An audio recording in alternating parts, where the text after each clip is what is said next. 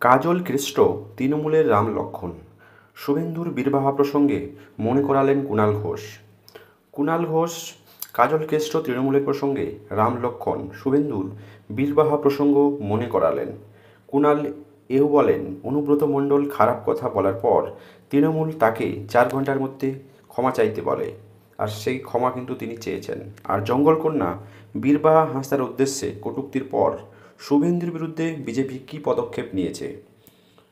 The wall bureau শনিবার বোলপুরে নারী সম্মান যাত্রা করেছেন বিরোধী দলনেতা শুভেন্দু অধিকারী।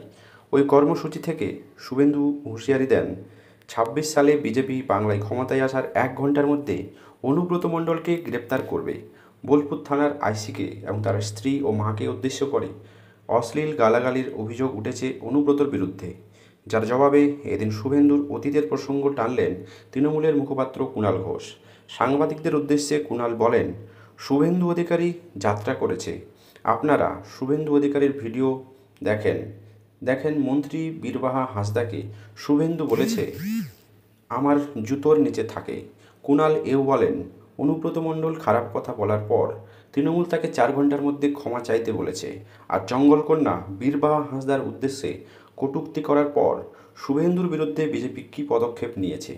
শুভেন্দু এখনও পর্যন্ত ক্ষমা চাননি, ফলে এদের মুখে নারীর সম্মান যাত্রা মানায় না।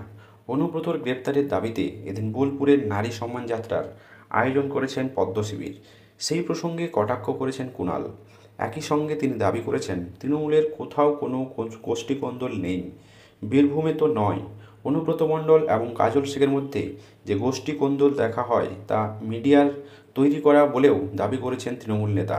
কুণাল বলেন, তৃণমূল একটি বৃহত্তর পরিবার, সেখানে কখনও ইস্যুভিত্তিক কোনো মতপার্থক্য থাকতে পারে, তবে কোন্দল বিষয়টি ঠিক নয়। কাজল শেখ আর অনুব্রত মণ্ডল রাম লক্ষ্মণের মতো, ছোট আর বড় ভাই, কারণ ওদের সকলের নেত্রী একজন, মমতা বন্দ্যোপাধ্যায়।